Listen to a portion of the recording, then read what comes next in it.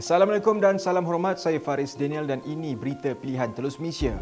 Satu muat naik bergambar Datuk Seri Anwar Ibrahim di Facebook tanpa caption selain satu noktah mencuri perhatian warganet. Gambar yang menunjukkan beliau membersihkan cermin mata dalam kenderaan itu meraih lebih 50,000 tanda suka dan sekitar 4,500 komen setakat ini.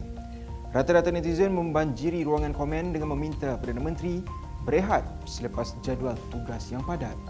Di samping meluahkan rasa bangga dan kagum terhadap kepimpinannya yang berjaya mengemudi penganjuran sidang kemuncak ASEAN ke-47 serta pertemuan dengan puluhan pemimpin dunia, mereka menyifatkan Anwar sebagai pemimpin yang bekerja keras dan menjadi kebanggaan rakyat, khususnya selepas kejayaan Malaysia mengurus kepengurusian ASEAN termasuk kemasukan Timur Leste sebagai anggota baru dan termeterainya Perjanjian Damai Kuala Lumpur. Tahukah anda berapa kali jantung kita berdenyut dalam sehari? Hampir 100,000 kali. Dan masa tidur, kadar denyutan jantung adalah rendah. Jantung kita berfungsi seperti enjin. Ia sampaikan darah beroksigen ke seluruh badan berterusan dan mengeluarkan karbon dioksida. Bila darah tak berapa lancar ke jantung, akan menyebabkan pelbagai masalah kesihatan seperti darah tinggi, penyakit berkaitan dengan jantung dan lagi. Tesli Dungeon membantu melancarkan pengaliran darah. Ia mengurangkan bebanan jantung. Tesli, teman kesihatan anda.